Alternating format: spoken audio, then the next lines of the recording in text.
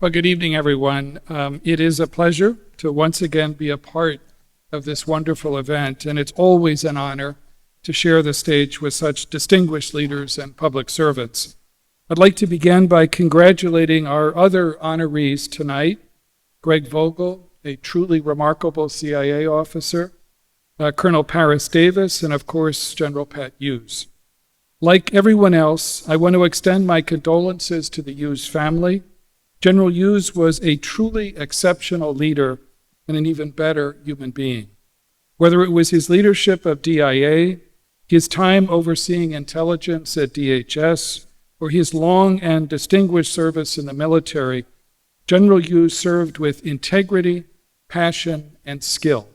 I can think of no better person to receive the Donovan Award this evening. Last year, I had the privilege of accepting the Donovan Award on behalf of the extraordinary men and women of CIA.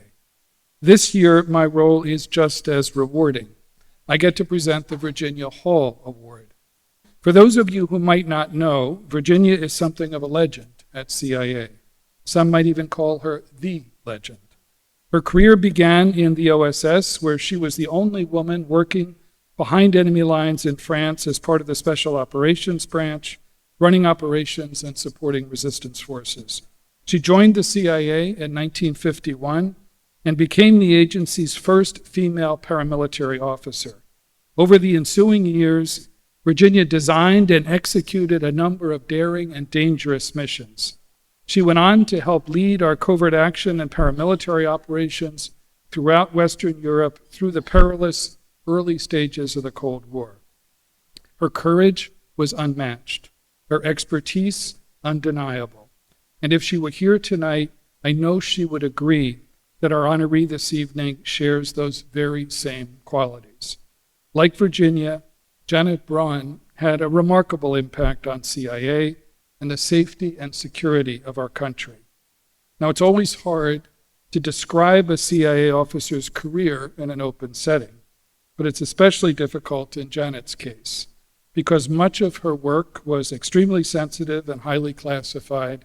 In fact, I may not even be cleared for all of it. But you don't need to know all the details to understand this simple truth. Janet revolutionized the way the United States waged war against terrorism. She was the architect, visionary, and leader of one of our most effective global programs. Her program was an essential element of some of the most complex, most challenging, and most consequential missions that CIA has undertaken in the past few decades.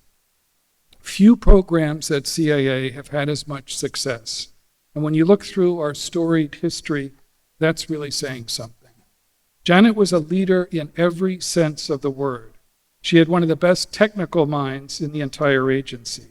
She was an expert in her field, and she never stopped learning or innovating. Substantively, there was no one better. I watched and learned from Janet, sometimes during long nights on the operations floor, waiting for the right moment to emerge. I also watched the remarkable respect in which she was held by her colleagues, and I watched their profound admiration for her judgment and her drive. But that's only one side of leadership. The other involves the human element. Here too, Janet was at the top of the class. If you asked her colleagues about her, the first thing they'd tell you wouldn't be about battlefield victories or projects delivered under budget, and there were plenty of both. What they'd tell you is that Janet was a devoted boss, a wonderful teammate, and a genuinely decent human being. To me, that says everything you need to know about her. She understood that caring for your people is a critical component of mission success. She understood it, and she modeled it. Janet mentored countless officers, encouraging them to challenge themselves and going out of her way to ensure that they had the support they needed to be successful and resilient in all that they did. She trusted her officers and ensured that they got the credit they deserved. When I had to go to the White House to brief the president on a particularly sensitive operation, she showed her confidence in her team by sending 2 more junior officers to accompany me. Not surprisingly, they did a spectacular job. That's the mark of a real leader. In short, Janet was an inspiration to all of those who had the good fortune to know her and to serve with her, myself included. It's a big reason why her program was so successful. It's a big reason why her name carries so much respect around the halls of Langley, and it's a big reason why we are honoring her today. Janet, you truly represent the very best of CIA. I will forever be grateful for the chance to serve with you and for your decades of service to our amazing agency. It is a profound honor to present you with the Virginia Hall Award. Congratulations.